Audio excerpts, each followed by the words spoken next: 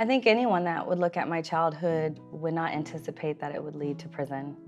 I was raised by both my mother and my father, was enrolled in a private Christian school, a lot of extracurricular activities, and somewhere along the way, I started to develop very low self-esteem. Maybe because I was one of the only Black children in the school, and maybe because I was just socially awkward generally. But that low self-esteem began to grow and develop into something much more insidious. It definitely started to dictate the way that I interact with others, and I had a thirst for self-acceptance and acceptance from others out of the ordinary. It began to rule me. Slowly but surely, I found myself being, maybe the class clown or acting out in certain ways, and it got me good attention. I got some social reinforcement, so to speak, and I thirst for that more and more. And that's kind of what led me to becoming more of a reckless teenager. I found myself associating with more individuals that were into the criminal lifestyle, and that is how I found myself one fateful night present when a murder took place. At the age of 18, I found myself going to the world's largest female prison, which was Central California's women's facility.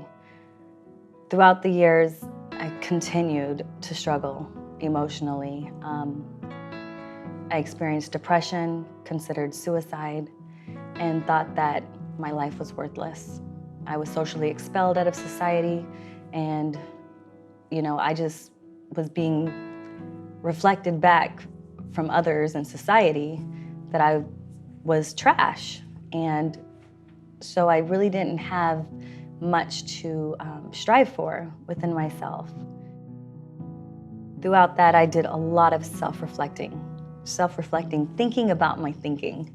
Like, really, what is it that I'm thinking in this moment that's creating these emotions, that's creating this distorted thought process? And that was something that I needed to fix, because not every single person in my life is saying the same thing about me. And being defensive and closed off wasn't a healthy way of living. In fact, today, now I can solicit feedback from others and ask them to talk about my behaviors or ways that I'm conducting myself that is causing harm or difficulties or dissension. If it wasn't for my family and my friends that stuck beside me, I wouldn't have found myself redeemable or even worth pushing for something more, something greater, something deeper, more profound. I was craving for something not even freedom could give me. It was something that I needed to believe in within myself. And I found that through education. Starting my college degree in prison was the first step towards freedom that I had never understood. Expanding my knowledge, it helped me understand myself, it helped me understand the world. I wasn't looking at it through these individual lenses of subjectivity or woe is me and everyone's against me and them and me and them and they. And I was able to kind of just see it from a bird's eye view. And that helped me look inside myself and dig a little bit more and really ask myself, honestly, what is it that you want for yourself? Because I had these people-pleasing qualities from growing up and wanting to always appease to others. And really that was just an undeveloped quality that I now discovered as me loving to serve my community. Truly, my life does belong to my community. I don't see it any other way. I think it's my purpose in life. In fact, I know it's my purpose in life.